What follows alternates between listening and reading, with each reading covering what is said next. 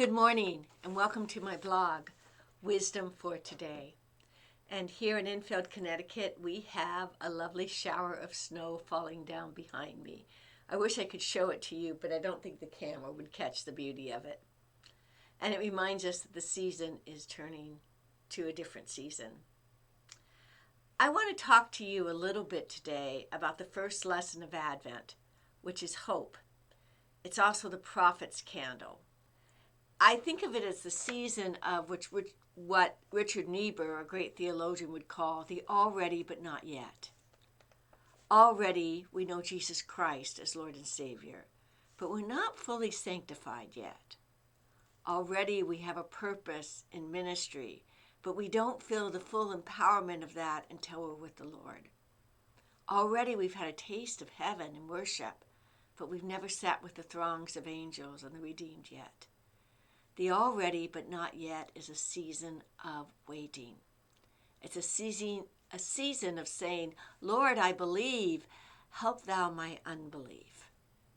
It's a season of understanding not everything is completed. And I made a case that in the Old Testament, when they talked about the Messiah, they often talked about his restoration work in the nation of Israel. Because they understood that Israel was there to glorify God. And the reason why God anointed these people and kept these people together was because they kept the word of God and they kept the statutes of God. And when that ceased to be, they lost the nation of Israel. So the Messiah was seen as full circle, coming back and restoring, bringing everything back together again. But I need to tell you that's not the only place that the word restore is used in the Old Testament. It's also used in personal restoration. It's used in Psalms 23:3. When the psalmist is talking about that God is our shepherd, it says he restores our soul. It's used in Isaiah 61:7 when it talks about individuals who lost much because of slavery, that God would restore to them a double portion. It talks about in the book of Job 42:10, that God healed Job and restored his children and his former fortunes. And then it talks about it in Jeremiah 30:17, when God brings to his people health and healing. So there's this sense of restoration, of God buying back for you, which sin has destroyed. Now, in the New Testament, we use the word redemption for that more than restoration. And redemption literally means to buy back. But it doesn't mean that redemption isn't mentioned in the Old Testament. It is. But they focus on restoration. And restoration is mentioned in the New Testament as well, even though we focus on redemption. In 1 Peter 5:10, when it talks about the present suffering we're going through, it says, after you suffered for a little while, the God of all grace, who has called you to his eternal glory in Christ, will himself confirm, strengthen, and restore you. If you have an NIV, they call it establish you. But it means the same things, that he's going to come back and give you the good things that suffering took away from you.